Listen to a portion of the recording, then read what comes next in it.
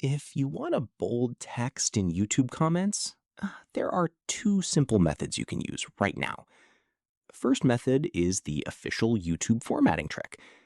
Go to any video and open the comment section. Now, type an asterisk, then your text, and then another asterisk at the end. For example, your test. Once you post the comment, you'll notice that your text appears in bold format instantly. This is the easiest way to use YouTube comment formatting without any tools. Now, the second method is using a text trick generator for YouTube comments. Open any online font generator and type your text. You'll see multiple bold fonts, stylish text, and custom font styles. Choose the one you like, copy it, and paste it into your YouTube comment.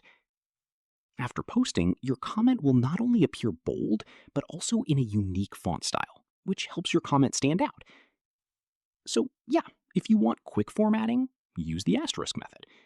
And if you want stylish text, use a font generator. That's how you can bold text in YouTube comments easily.